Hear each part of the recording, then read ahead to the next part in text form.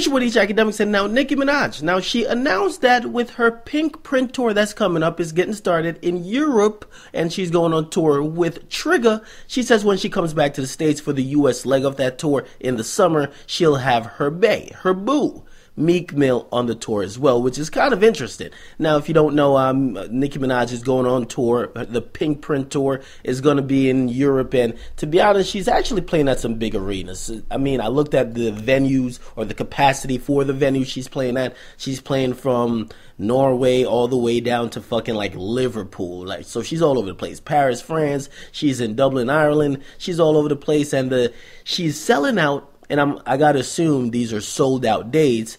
She's doing between 10,000 capacity venues all the way to 20,000, which kind of shows that, yo, Nicki Minaj is the big fucking deal. When you're selling out 15,000 seaters in or outside the United States, you're kind of a big pull. Now, it's one thing if you're locally selling out, like, was it 20,000 in probably the tri-state, if you're from the tri-state. But when you go to a completely different country where the majority of people don't even speak English and you're selling that shit out, that's actually great.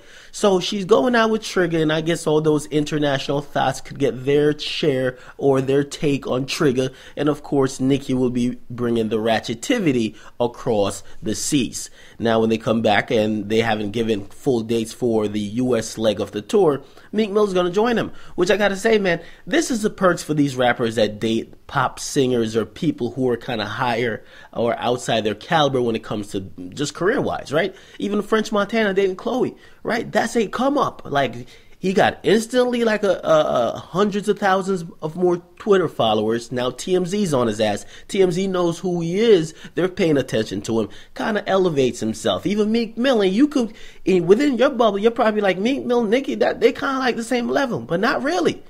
Meek Mill is getting brought up and elevated to different levels just because of Nicki. And you could tell that hopefully if his probation officer and the judge and the DA, right, if they allow him to go on tour, because they could say, I think right now he's in a restriction where every time he leaves Philly, he got to ask for permission.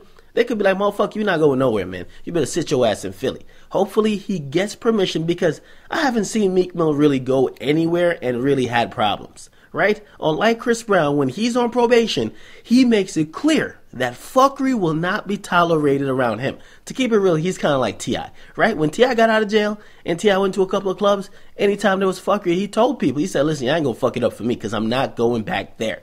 So basically, Nicki Minaj has announced that, hey, her bae, her boo, and it's all confirmed at this point, they're in a relationship. I mean, it's even at the point where Meek Mill's getting a little bit sentimental or a little bit emotional that his baby moms might be liking Nicki's ex. That's what the case is, and what do you guys think about this? Do you think, I think this is a great move for Meek Mill.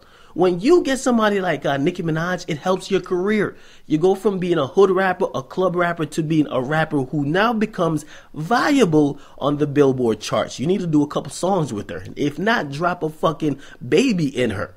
Right? You should be skeeting that goddamn belly. So what do you guys think? Get in the comment box. Make sure you guys like. Definitely subscribe. It's your boy DJ Akademiks. I'm out.